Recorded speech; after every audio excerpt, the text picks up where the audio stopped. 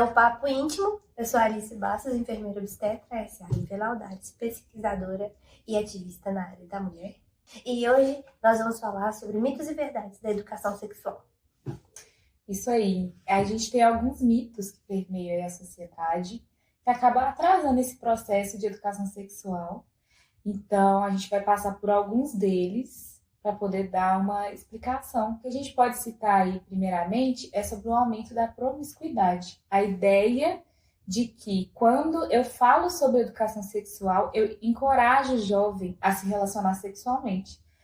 E o jovem, eu acho que é o melhor dos casos, mas até mesmo as crianças, né? Como se ensinar sobre o próprio corpo e os limites do outro em relação ao meu corpo fosse um convite para a criança, né, ter uma vida sexual iniciada de forma precoce. Quando, na verdade, você pode falar um pouco sobre a sua experiência, né?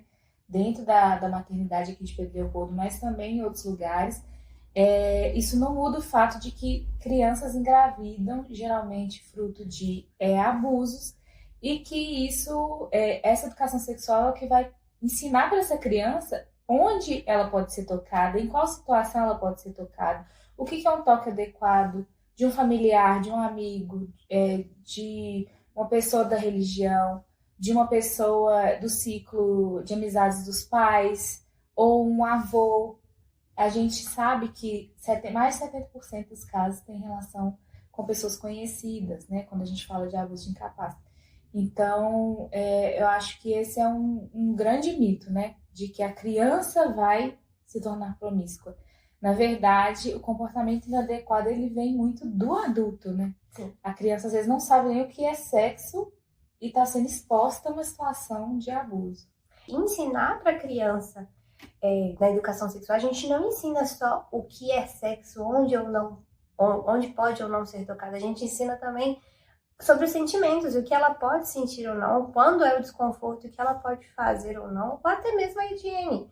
Então, não é que a gente está iniciando a vida sexual dela. Quando a gente explica sobre a parte sexual e dá conhecimento para aquela criança, a gente dá para ela um leque de opções e um leque de informações que vai tirar ela muito daquela situação de risco. Ou então, se ela for exposta a uma situação de risco, que ela saiba que é uma situação de risco, que ela saiba que é uma situação que ela pode recorrer a alguma ajuda e aonde ela pode recorrer.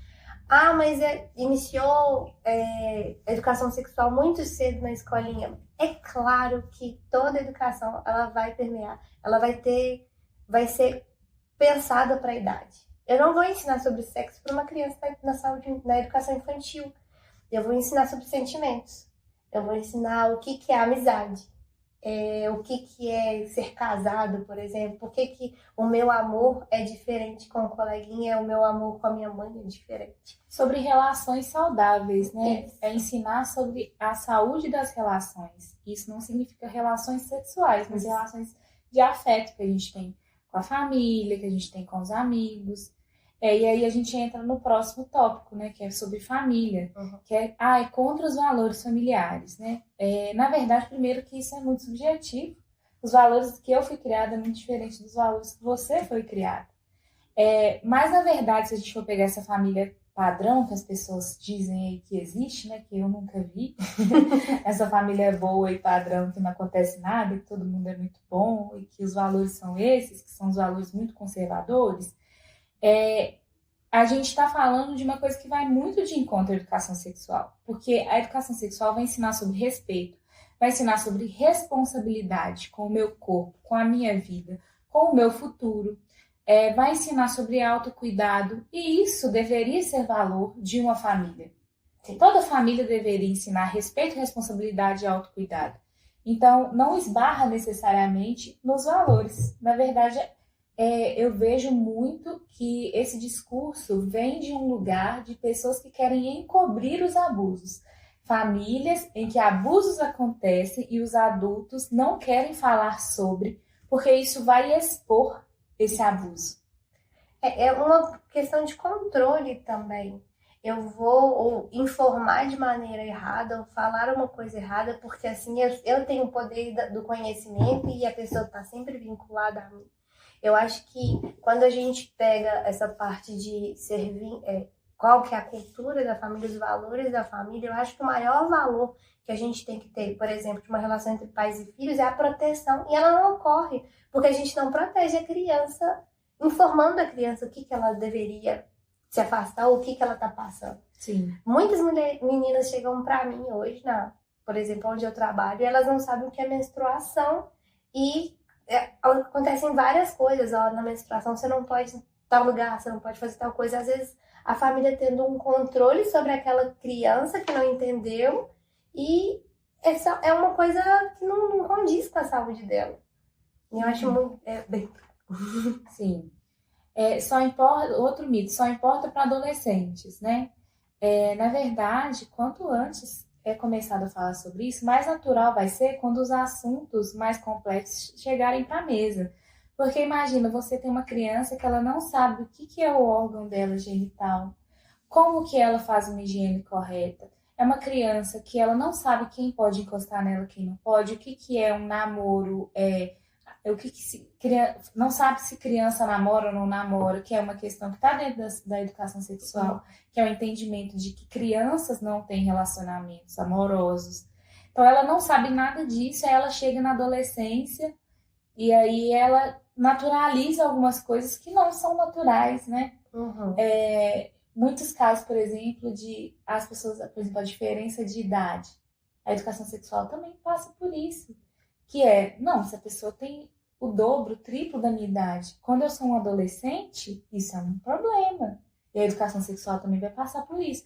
De ver uma pessoa mais velha abordando de uma forma sexual, que essa criança, esse adolescente, consiga entender que não é certo. Mas existem diferenças de idade depois de mais velho. Mas quando eu tô falando de um adulto com outro adulto, o consentimento é muito diferente.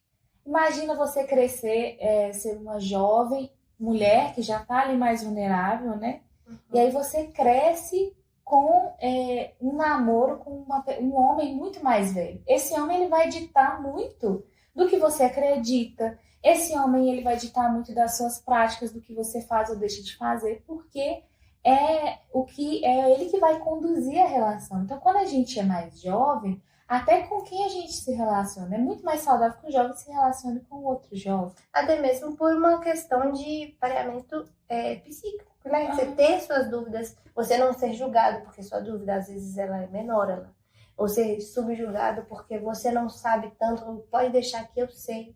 Minha experiência de vida é maior. Poxa, são experiências de vida diferentes, então a gente tem que ter conhecimentos diferentes, tem que ter uma troca variada. Quando a gente pega um adolescente que namora com uma pessoa muito mais velha, esse adolescente ainda tem uma cabeça que pode ser muito influenciável.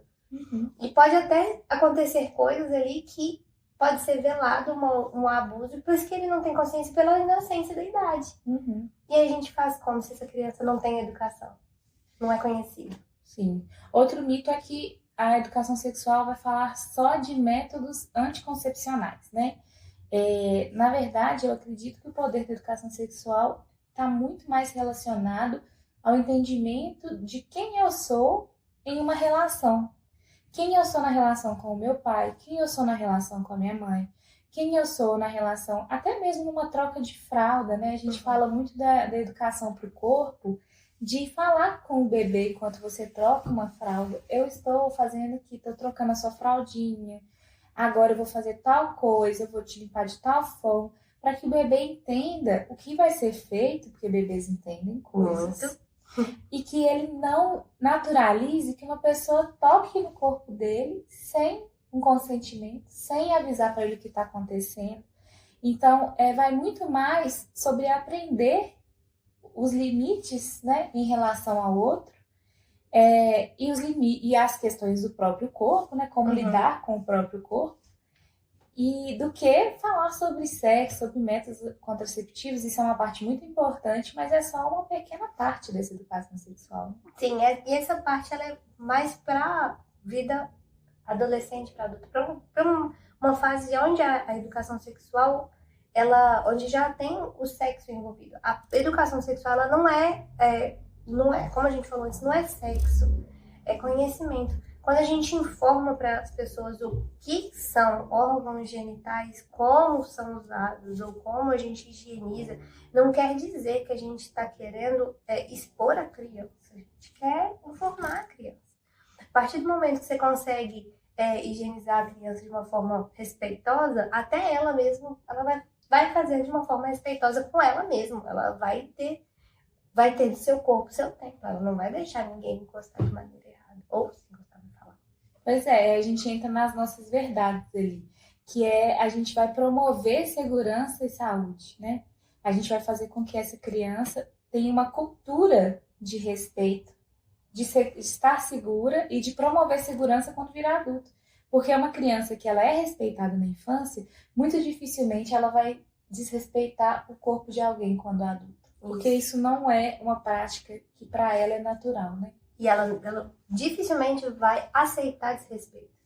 Então ela vai ser um adulto muito mais seguro, um adulto mais confiante. E também tem a questão do desenvolvimento emocional, né? Como a gente falou, cada fase vai ter um tipo de educação sexual.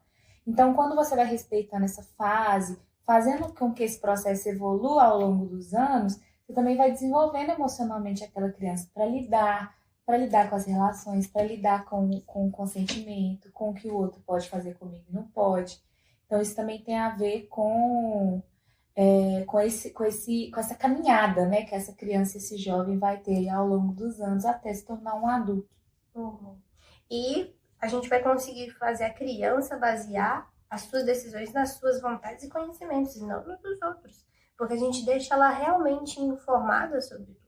E aí, o que acontecer, ela tem ciência, ela tem a gente apoia o conhecimento para que ela passe pelo caminho que ela vai passar com todos os seus desafios, porque a vida adulta é de desafio, de uma maneira muito mais informada e segura. Então, é bem mais fácil uma criança virar um adolescente ou um adulto mais seguro, sabendo o que tem, do que ela descobrir na hora. Do que acontece na hora, do que acontece coisa errada, ou se acontecer alguma coisa errada, ela tem uma descoberta ali de surpresa. Sim.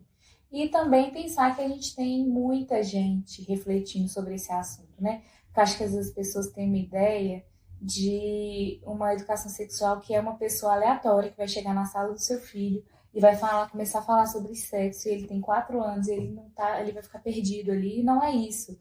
A gente tem, né, no nosso sistema de saúde, várias pessoas capacitadas, no nosso sistema educativo também, de educacional, a gente tem várias pessoas capacitadas para conduzir isso de forma correta. Então, confiar, né, nessas evidências científicas que dizem para a gente dessa diminuição dos assédios.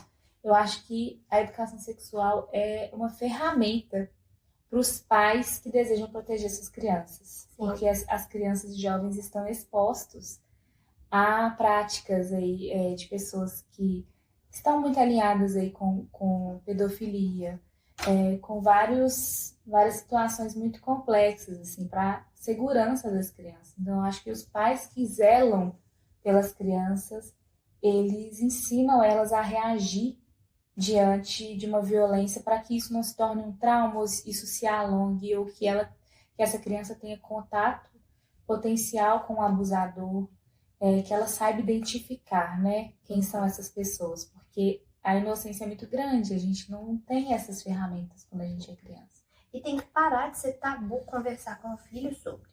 Porque se é tabu, é difícil de falar, e seu filho não tem esse